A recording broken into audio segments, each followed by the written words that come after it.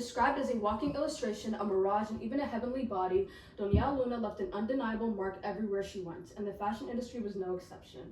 Despite her eventual supermodel status, she still faced many barriers in the industry. Originally named Peggy Ann Freeman, Donyale was scouted at the age of 14. She made the bold decision to move to New York City to start her career at the age of 19. From the moment she arrived in New York, her career took off. She landed a contract with Richard Avedon, who was a prominent photographer at the time. However, despite this, she still struggled to find jobs. When she found work, her race was purposefully concealed in photos in order to appeal to customers. Designers, even black ones, refused to have her photographed in their clothes, and companies like Harper's Bazaar faced intense backlash for featuring her in their magazine. In the United States, companies viewed her as a risk. She worked in the United States for 2 years before fleeing to Europe in hopes of facing less prejudice there.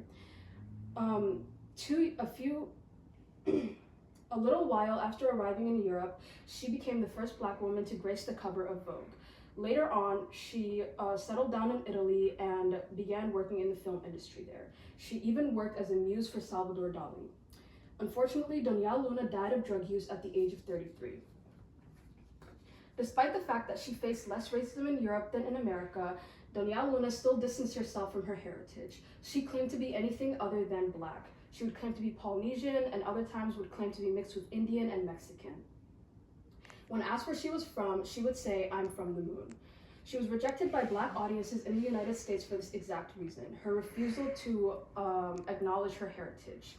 After reading accounts by her close family and friends, it appears to me that Donyale simply didn't want to be defined by her race. However, the time period she was living in made that difficult. I suppose making up stories about her background was a way for her to avoid being labeled. However, at the end of the day, her intentions are known only by her. In 1968, Donyale was casted in the movie Skidoo. When asked by an interviewer if she thought her role would open up future opportunities for Negro women, she said, "I don't think about that.